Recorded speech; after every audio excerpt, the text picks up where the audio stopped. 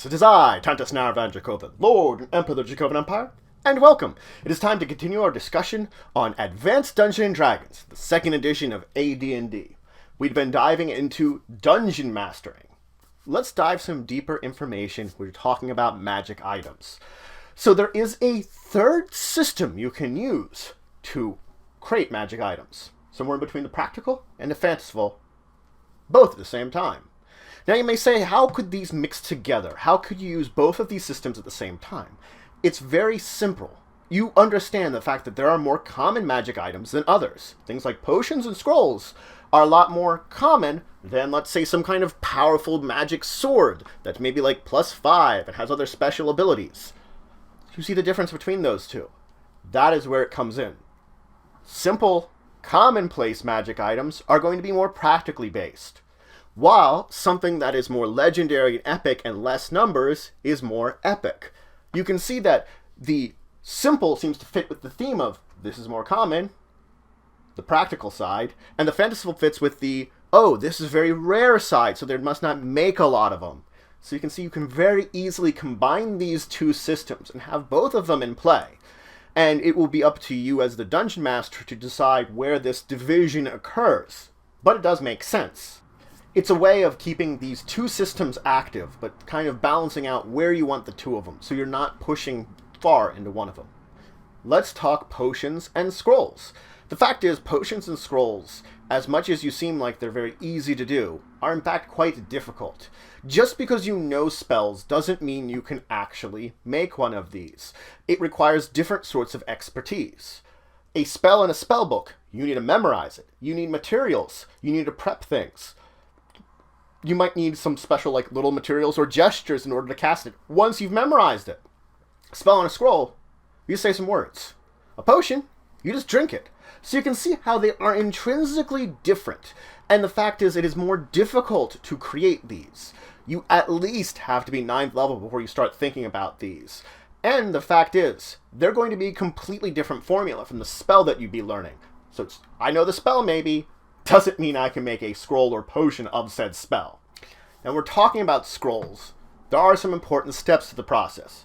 First off, you have to know the spell you're casting, that you're putting into a scroll. You have to know it. You either have to have it in your spell book, or you at least have to have encountered it, or had the ability to memorize it. Basically, your familiarity with it means that I could possibly put it into scroll form. Another thing that's important to note here is that it has to be a spell you can cast.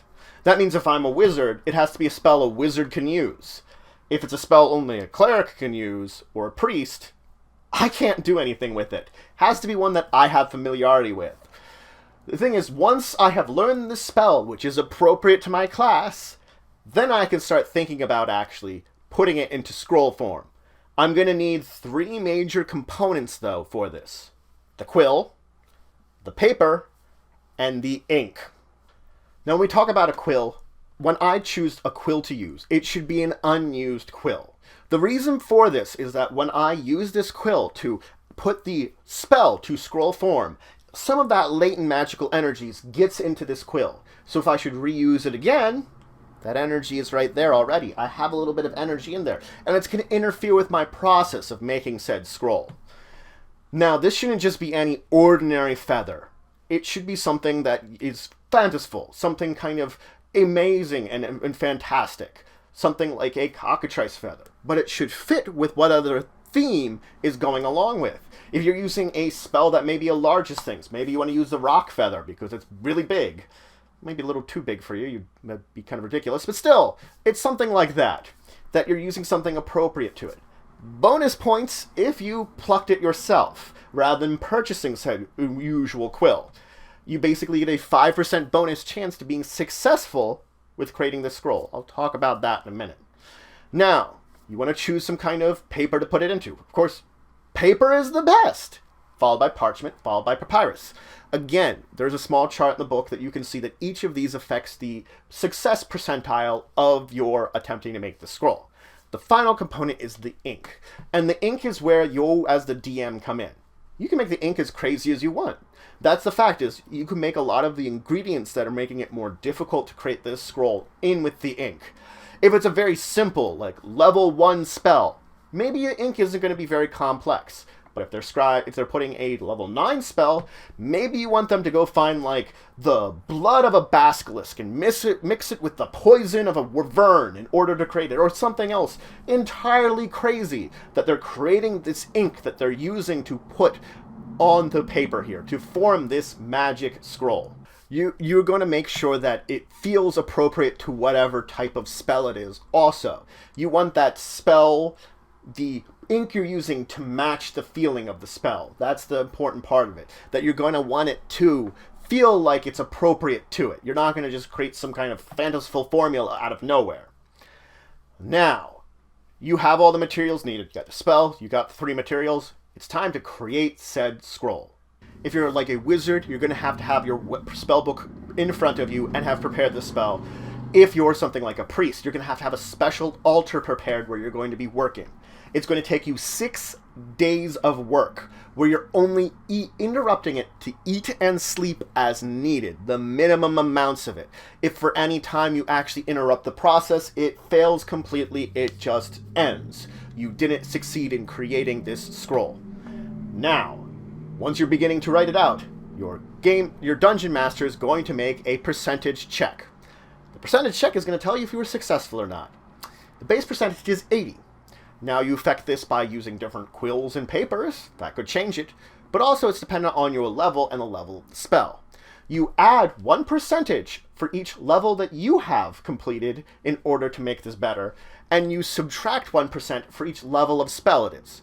So if I'm a 15th level caster, scribing a 9th level spell, then I'm only adding 6% to what my base of 80% is. So it'd be 86. And this is assuming I'm using no kind of special quill, no kind of special paper, I'm not getting any extra bonuses.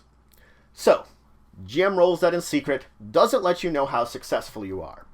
If you fail, the scroll becomes cursed. It becomes a cursed item. And it will be up to the dungeon master to determine how that curse affects you. If you're attempting to scribe a fireball, maybe it'll just explode on you as soon as you attempt to read it. That could be a simple curse. Now the thing is, say you're successful. A normal scroll can hold between 1 to 6 spells on it before it maxes out on space, which means you could put more spells on that scroll. Until you basically finish a spell, you're not going to know if you can put more on there. So it's like, I finished putting my scroll and I'm like, I got some more room, or I ran out of room. The dungeon master is going to keep that number in secret. If you failed and got it cursed, it eats up all that extra space. So while you're writing it, the dungeon master rolls 6. But you fail and make it cursed, well, then you run out of the rest of that space. Especially if perhaps it's the second spell on there. You only got 2 out of your possible 6 on there, but then you cursed it also.